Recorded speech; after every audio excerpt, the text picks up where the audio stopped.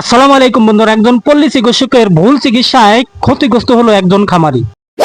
মানে এই বাছুরটি মারা গেছে আপনার এফএমডি ভাইরাসে আক্রান্ত হয়ে। যে পল্লী চিকিৎসক চিকিৎসা করতে, সে সাধারণ জ্বরের চিকিৎসা করতে, সে বুঝতেই পারেনি যে এই বাছুর সহ খামারের প্রত্যেকটা গরু এফএমডি ভাইরাসে আক্রান্ত হয়েছে। কিন্তু পল্লী চিকিৎসক মনে করছে যে একে হয়তো সাধারণ কোনো জ্বর হয়েছে, সেই মোতাবেক চিকিৎসা করছে। আর সেই অবস্থায় গরুগুলোকে রেখে দিতে, যখন বেশি অতিরিক্ত মাত্রা আক্রান্ত হয়ে গেছে, পায়ে ঘাও হয়ে গেছে, মুখে ঘাও হয়ে গেছে, গরু একদম খাওয়া বাদ দিতে, তখন কিন্তু তারা বুঝতে পারছে বিষয়টা।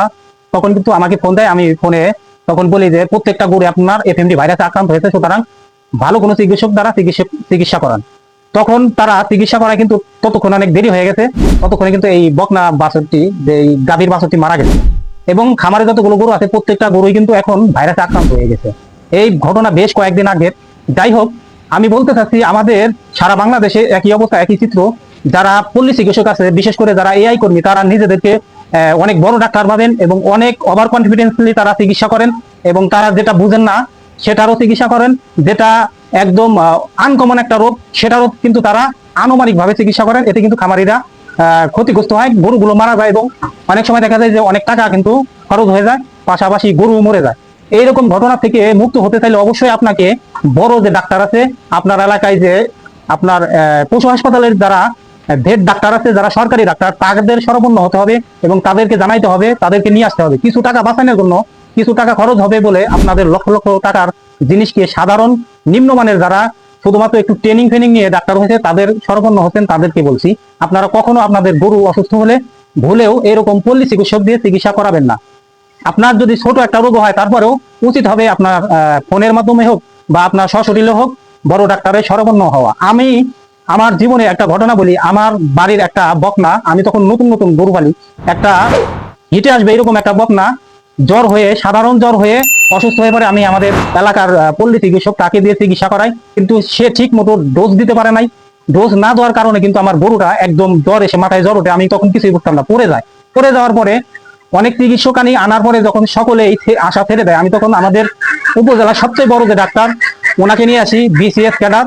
উনি আসার পরে কিন্তু আমার গরু চিকিৎসা করে। আমার গরু 25 দিন শুয়েছিল মাটিতে, ওঠার ক্ষমতা ছিল না, কিন্তু সেই গরু চিকিৎসার মাধ্যমে আল্লাহ তাআলা হায়াত দিয়েছিল। পরে গরুরা কিন্তু সুস্থ হয়ে যায়। এরপরে থেকে আমার গরুর সাধারণ কোনো একটা রোগ হলেও আমি কিন্তু নিজে চেষ্টা করি না, আমি সরাসরি আমার যে স্যার আছে, উপজেলার যে বড় ডাক্তার আছে, তার শরণাপন্ন হই।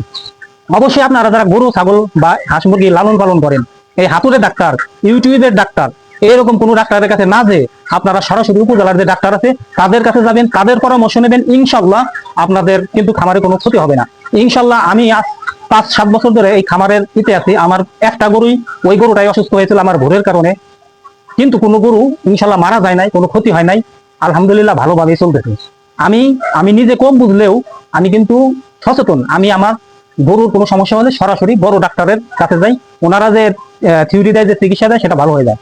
আর একটা কথা মনে, আমার একটা গরুর এলএসডি ভাইরাসে আক্রান্ত হয়েছিল। গরুটা আমাদের স্থানীয় ডাক্তাররা বললো যে এটাকে বাঁচানো সম্ভব নয়। আমি সাথে সাথে আমার বড় ডাক্তার নিয়ে আসি, উনি 3 দিনের চিকিৎসা পদ্ধতি শিখিয়ে দিয়ে যায়। 3 দিনের ওষুধ দেয়, 3 দিনের ওষুধ প্রয়োগের পরেই কিন্তু আমার গরুটা সুস্থ হয়ে যায়।